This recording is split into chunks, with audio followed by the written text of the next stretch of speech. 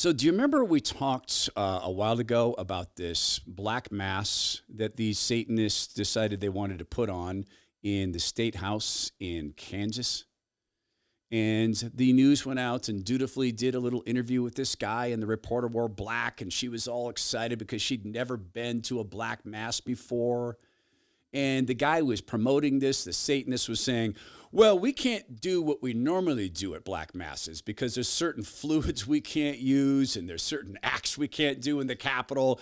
So it's not going to be as much fun as a black mass. But we'll do some of the things. Hint, hint, come to a real black mass. Now, you can say, well, this is all well and good if you're a Christian and you believe in Satan, but let's pause for a second. If you are a Christian, you believe in Satan. If you do not believe in Satan, you're not fully a Christian because Christ mentions the devil, addressed the devil, and the book of Revelation is the final war between Jesus, who returns as king and judge, and the devil and his minions, who are eventually banished forever. That's going to happen. In God's sense of things, it has already happened because when God says the thing will happen, it has happened. So the black mass was stopped, but maybe not in the way that Jesus would have wanted it stopped. I'll show you how it was stopped and why it's maybe not the way Jesus Christ would have wanted it to be stopped. Because Jesus, of course, his top priority is getting us in his family adopted in, and then as a family, drawing us into the new heaven and new earth with him forever.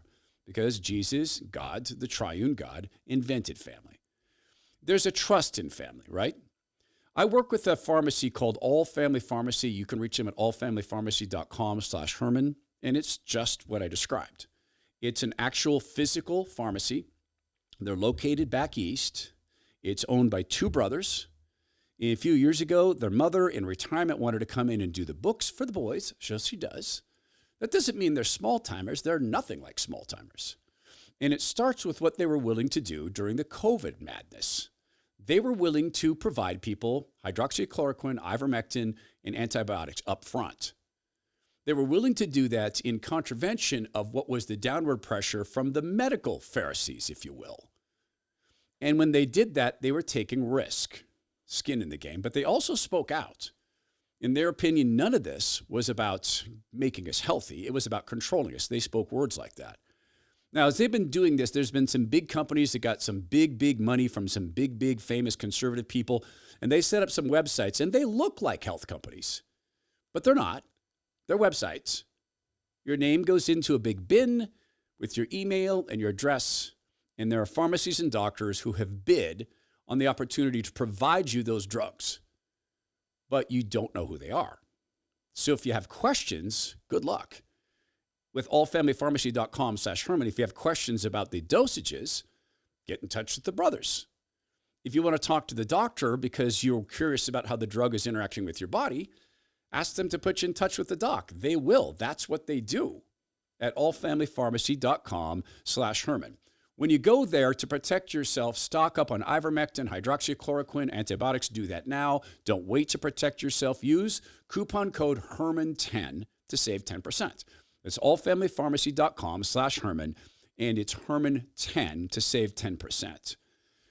On the steps of the Capitol, we saw a photo of some Catholics who decided to fight against this black mass, and this is a great thing to do. They simply stood there. They had flags. They're patriots. They spoke about Jesus Christ, the love of Jesus. And there was also Catholics attacking or fighting back against the satanic attack by having the Holy Eucharist.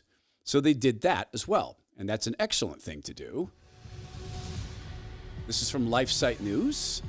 Anti-Catholic ritual mocked the Holy Eucharist with an allegedly stolen consecrated host. Taking place at the Kansas State Capitol today.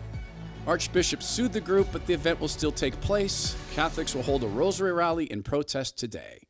It's a good thing to do. LifeSite News promoted that. It's a Catholic site. They did a good job of bringing attention to this. So when the Satanist went into the state capitol and attempted to carry out the black mass or his version of it within the capitol, here's a little bit of what happened. So as you see, as he is now beginning the black mass and starting to do his evil prayer, a gentleman approaches and attempts to steal the paper he's using. And what he was doing was trying to stop this. And I understand it. He's a Christian. He didn't want that to go on. So he grabbed the paper, and it looks like the Satanist punched him. And in fact, he was arrested. So the guy who did this is not a Catholic. He's a Christian, last name Schroeder. And what he did was, I think, out of desperation. And again, I can understand it. But is that what Jesus would have done? Is that how he would have stopped it?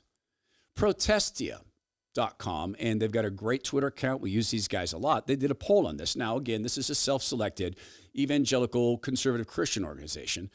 If an atheist is about to burn a Bible in the street, is it sinful for a Christian to take it from him in order to prevent him from doing it? 56% of people said no, it's righteous. Yes, it's theft, 22%. Unsure, 20%. Well, it is his Bible. You are taking it from him. You are stealing it. And the Bible is not God. It is the Word of God, but it is not God. Follow-up poll. If an atheist is about to burn a hymn book in the street, is it sinful for a Christian to take it from him in order to prevent him from doing it? Yes, it's theft, 45%. No, it's righteous, 33.2%. Unsure, 20%. So a few more people, 56% say it's righteous to steal a Bible. Well, to take it from someone to prevent it from being burned. But those were this guy's notes. He typed them, his piece of paper, not the Word of God, perhaps the word of Satan. I understand the impulse to grab it. I understand not wanting to see the Dark Prince honored in a state capital, but whose capital is it? And who is the Prince of the Air? And who has God allowed to roam the earth for now? What are we fighting? Can you win a battle like that with flesh? I'm here to tell you, if you decide to take the devil on in fleshly terms, you and everyone around you is going to lose. You're going to make an unconscious agreement. You're going to sign up for war on the devil's terms. I did that. And it cost me and my family dearly. Because instead of responding to a very evil man who said a very evil thing about my family, something he wanted to do while he was threatening me, I chose to go back to what I am genetically, which is 97.97% redneck. And instead of saying to the man, I stand with Christ, you don't scare me, I issued a description of something that I would do to him in return if he spoke about my family in such a way again. I made an unconscious agreement to go to war with demonic forces on their terms. Don't do that.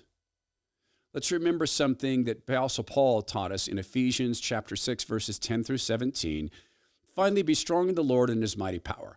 Put on the full armor of God so that you can take your stand against the devil's schemes. For our struggle is not against flesh and blood, but against the rulers, against the authorities, against the powers of this dark world, and against the spiritual forces of evil in the heavenly realms.